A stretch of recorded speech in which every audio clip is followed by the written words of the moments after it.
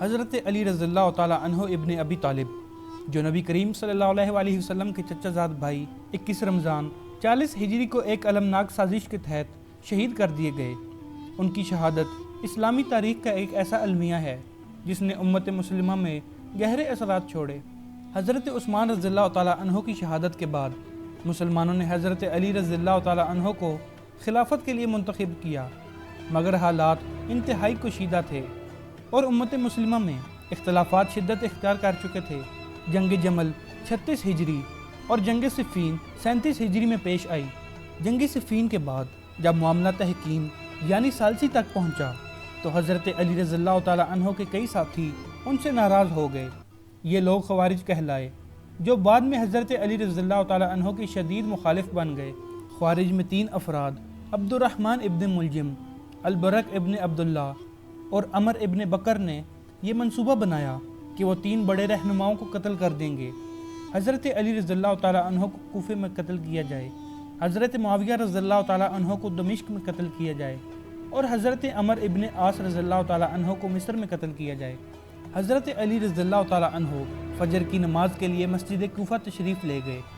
جیسے ہی آپ رضی اللہ تعالیٰ عنہ نے سجدے میں سر رکھا، عبد الرحمن ابن ملجم نے زہر آلود تلوار سے آپ رضی اللہ تعالیٰ عنہ کے سر پر نہایت زوردار وار کیا۔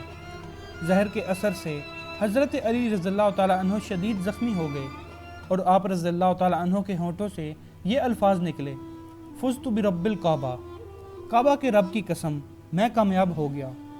حضرت علی رضی اللہ تعالیٰ عنہ کو فوراً ان کے گھر لے جایا گیا اور طبی امداد فراہم کی گئی، لیکن زہر بہت خطرناک تھا۔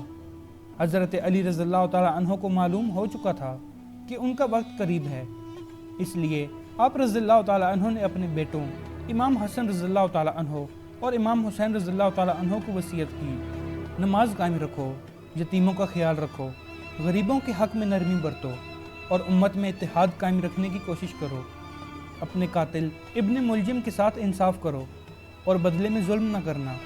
اگر میں زندہ رہا تو میں خود فیصلہ کروں گا اور اگر میں شہید ہو جاؤں تو اس پر شرعی سزا نافذ کرنا۔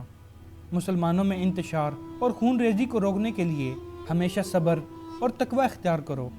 بالآخر 21 رمضان 40 ہجری کو حضرت علی رضی اللہ تعالیٰ عنہ شہید ہو گئے۔ ان کے دنیا سے جانے پر اہل کوفہ اور امت مسلمہ شدید غم میں ڈوب گئی۔ حضرت علی رضی اللہ تعالیٰ عنہ کے شہید ہونے کے بعد ان کے بیٹوں امام حسن رضی اللہ تعالیٰ عنہ اور امام حسین رضی اللہ تعالیٰ عنہ نے قاتل عبد الرحمن ابن ملجم پر شرعی سزا نافذ کی۔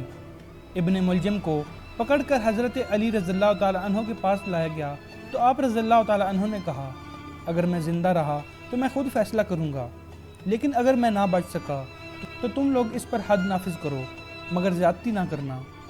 چنانچہ حضرت علی رضی اللہ تعالیٰ عنہ کی شہادت کے بعد ابن ملجم کو قصاص میں قتل کر دیا گیا۔ حضرت علی رضی اللہ تعالیٰ عنہ کی تدفین خفیہ طور پر نجف، عراق میں کی گئی۔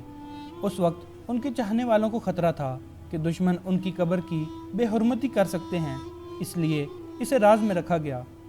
آج حضرت علی رضی اللہ تعالیٰ عنہ کا روضہ مبارک نجف یعنی عراق میں واقع ہے، جو لاکھوں زائرین کے لیے عقیدت و محبت کا مرکز ہے۔